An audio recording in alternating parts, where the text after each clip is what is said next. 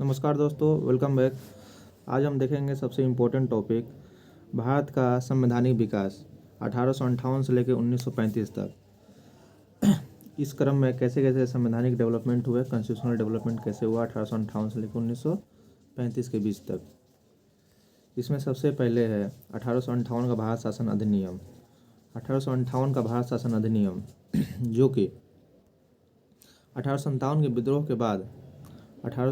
विद्रोह के बाद इस अधिनियम को पारित किया गया, जिसने ईस्ट इंडिया कंपनी को समाप्त कर गवर्नर क्षेत्रों और राजस्व संबंधी शक्ति और ब्रिटिश राजशाही को सौंप दी।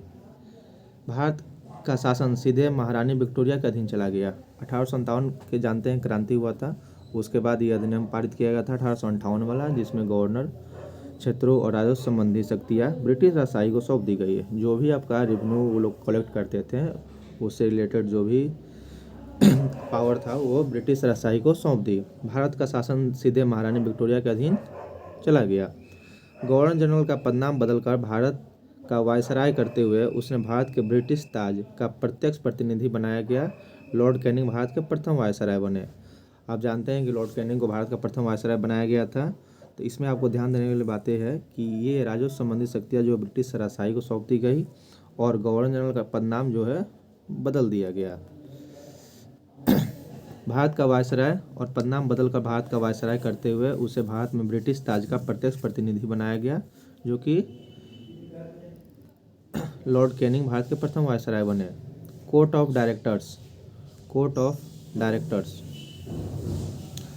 डायरेक्टर्स तथा बोर्ड ऑफ कंट्रोल को समाप्त कर उनके अधिकार ब्रिटिश मंत्रिमंडल के एक सदस्य को सौंपे गए। ब्रिटिश मंत्रिमंडल के उस सदस्य को भारत का राज्य सचिव secretary of state of India का पद प्रदान किया गया। कोर्ट ऑफ डायरेक्टर्स तथा बोर्ड ऑफ कंट्रोल को समाप्त कर उनके अधिकार ब्रिटिश मंत्रिमंडल के एक सदस्य को सौंपे गए। यहाँ पे ध्यान देना है कि पूछता है क्वेश्चन कि सेक्रेटरी ऑफ स्टेट का जो पद है, भारत राज्य सचिव का पद, किस अधिनियम द्वारा लाए गए।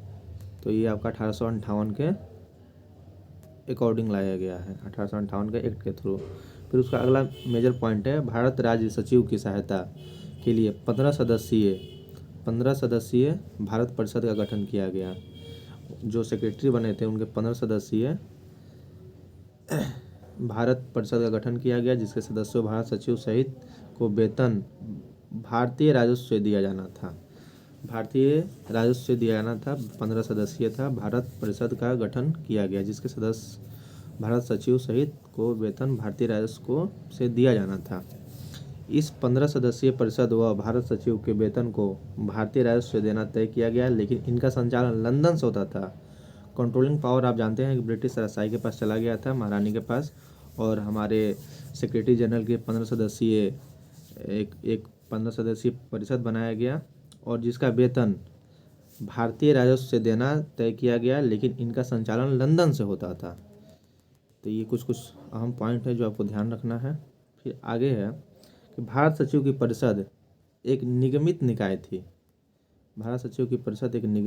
थी। जिसे भारत और इंग्लैंड में मुकदमा करने का अधिकार था।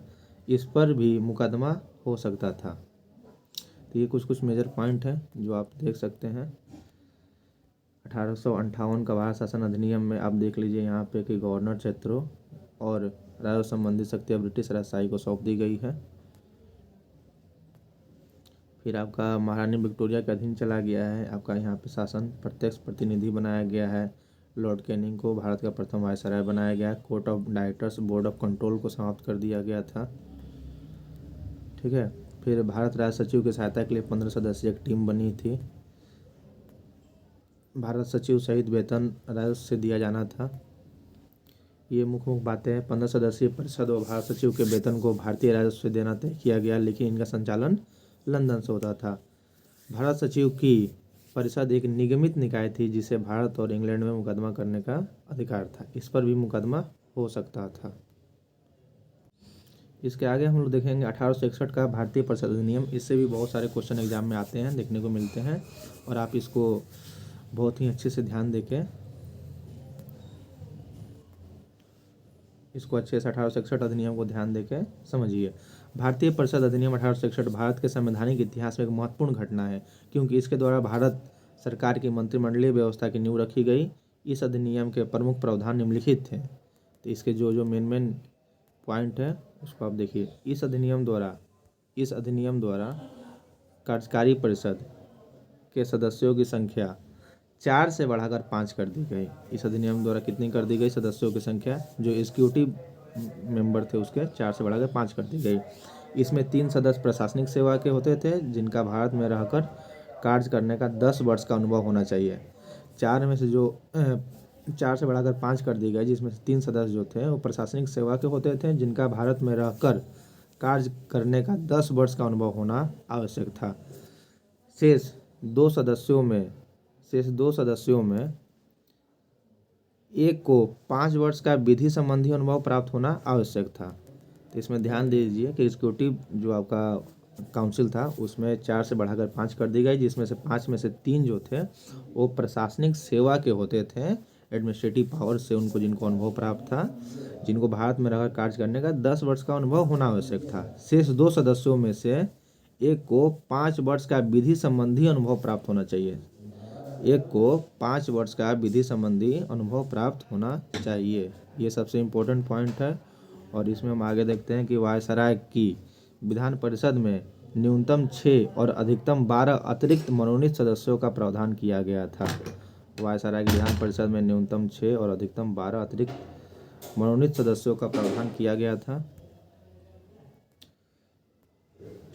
वायसराय की विधान परिषद में न्यूनतम 6 और अधिकतम कितना? 12।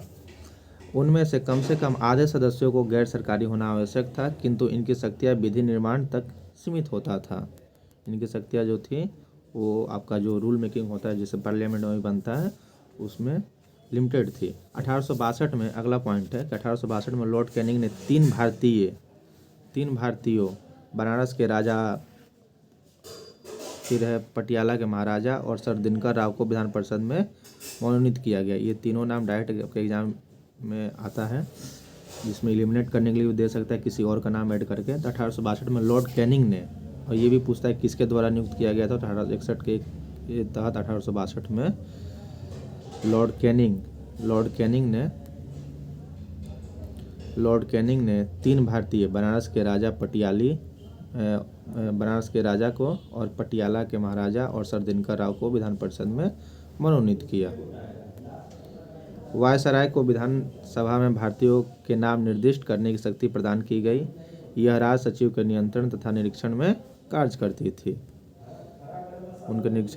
करती थी। वायसराय को विशेषाधिकार व आपात स्थितियों में अध्यादेश जारी करने का अधिकार था।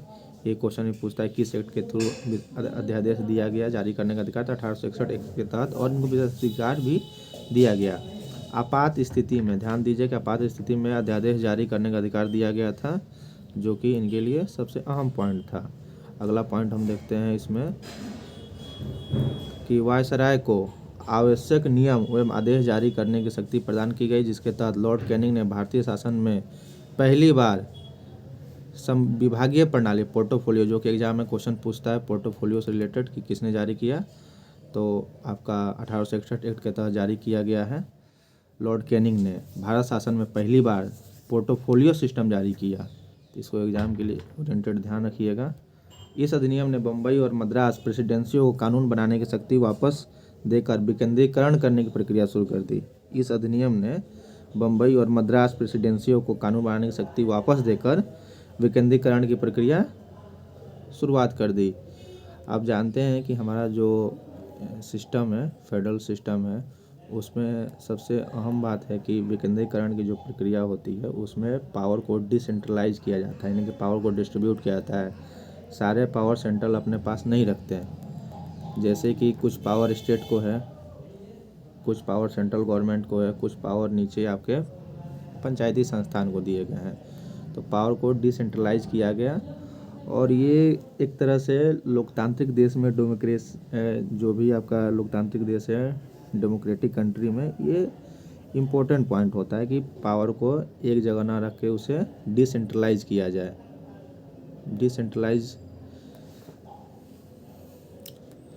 तो इसमें सबसे अहम है कि मद्रास प्रेसिडेंसी को कानून बनाने की शक्ति वापस देकर विकेंद्रीकरण की प्रक्रिया की शुरुआत किया गया है। 1861 का एक्ट हो गया। अब हम आगे देखते हैं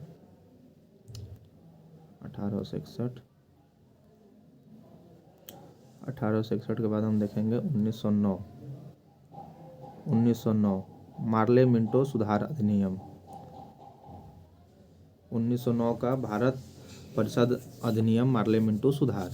इस अधिनियम द्वारा परिषदों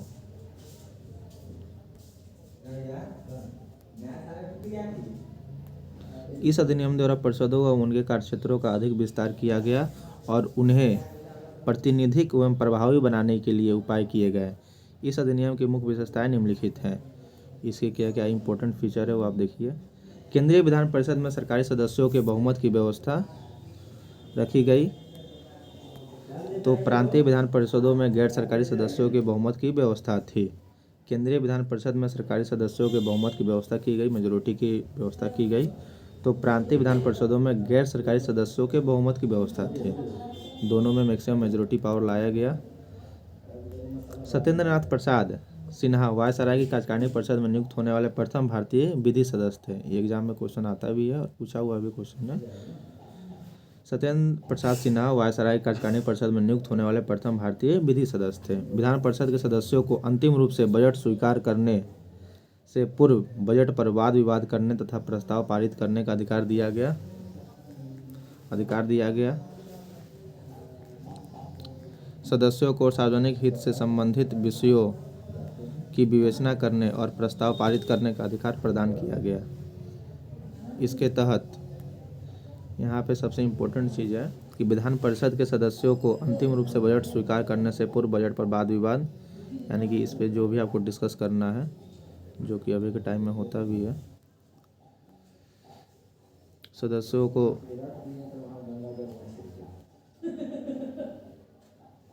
विधान परिषद के सदस्यों को अंतिम रूप से बजट स्वीकार करने से पूर्व बजट पर वाद विवाद, जो भी बजट आपका पेश होता है उसको अगर एक्सेप्टेंस देना है तो उसके पहले बजट पर वाद विवाद तथा प्रस्ताव पारित करने का अधिकार दिया गया।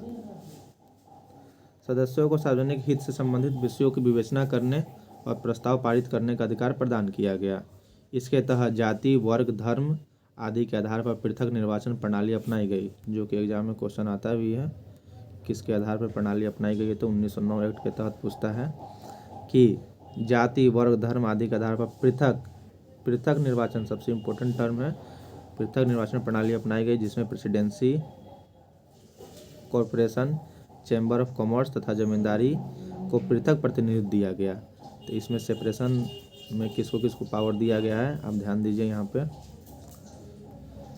पे दिया गया है presidency, corporation, chamber of commerce तथा जमींदारों को पृथक प्रतिनिधित्व दिया गया। पृथक निर्वाचन के आधार पर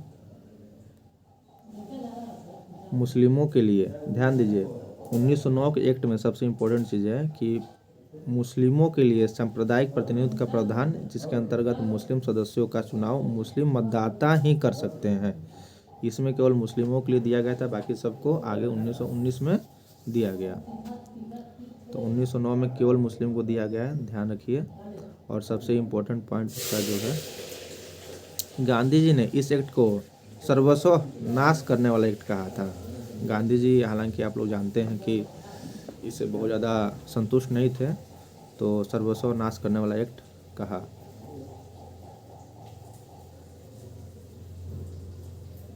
अब हम लोग आगे देखते हैं भारत शासन अधिनियम 1919। भारत शासन अधिनियम 1919, इसे मॉन्टेग्यू चेम्सफोर्ड सुधार भी कहा जाता है, जो कि 1921 में लागू हुआ। इसे मॉन्टेग्यू चेम्सफोर्ड सुधार कहा जाता है। और आप जानते हैं कि 1909 को मार्ले मिंटो सुधार कहा जाता है।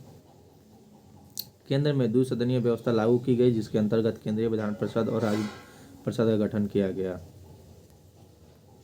केंद्र में द्विसदनीय व्यवस्था लागू की गई, आपका डबल लेयर स्थापित किया गया, जिसके अंतर्गत केंद्रीय विधान परिषद और राज्य परिषद का गठन किया गया, और आपको प्रांतीय स्वायत्ता का, और इसी से आपको प्रांतीय स्वायत्ता मिल गया।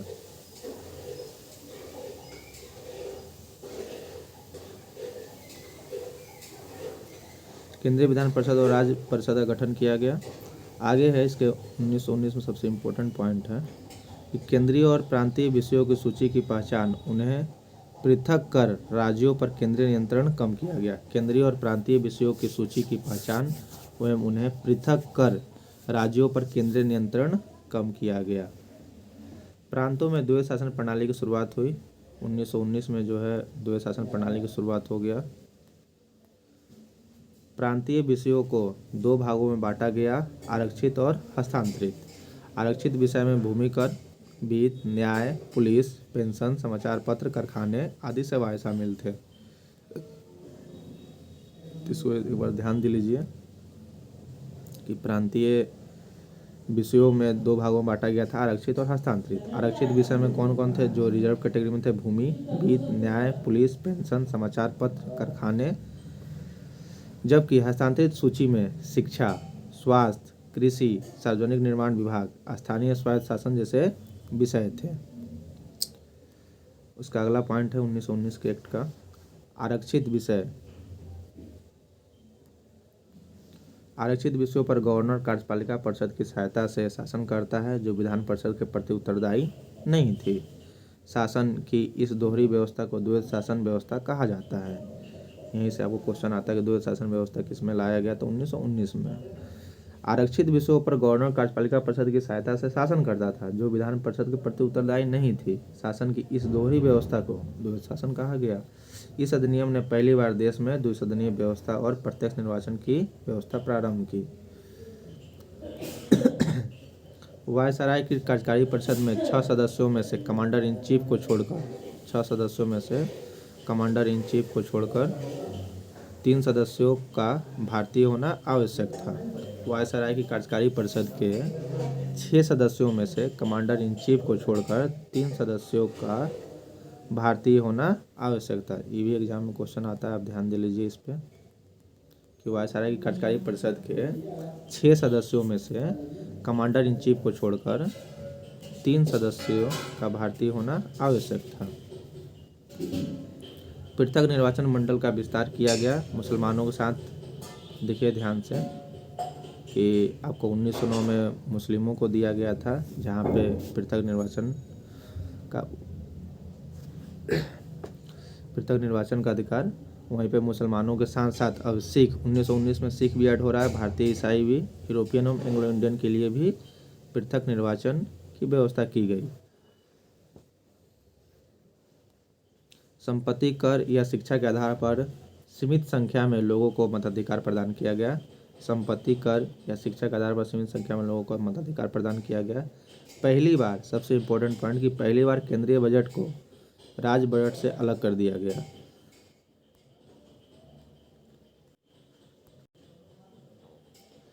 पहली बार केंद्रीय बजट को राज्यों के बजट से अलग करते हुए राज्य विधानसभाओं को अपना बजट स्वयं बनाने के लिए अधिकार कर दिया गया था।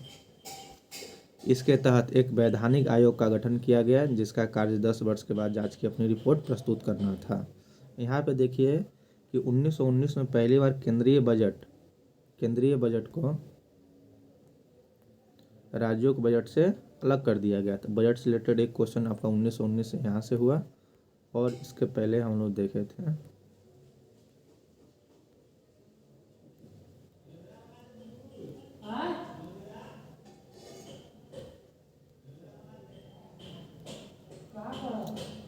आपका यहाँ पे 1909 में कि विधान परिषद के सदस्यों को अंतिम रूप से बजट स्वीकार करने से पूर्व बजट पर वाद विवाद करने का तथा प्रस्ताव पारित करने का अधिकार दिया गया। तो वाद विवाद करने का बजट स्वीकार से पहले किस पे दिया गया? 1909 में दिया गया। और यहाँ 1919 में जो है, अब देखिए ध्यान से कि यहाँ पे अलग अलग कर दिया जा रहा है। और आपका अब आ गया 1919 तक। इसके आगे हम लोग जो है अगले वीडियो में देखेंगे। बहुत बहुत धन्यवाद।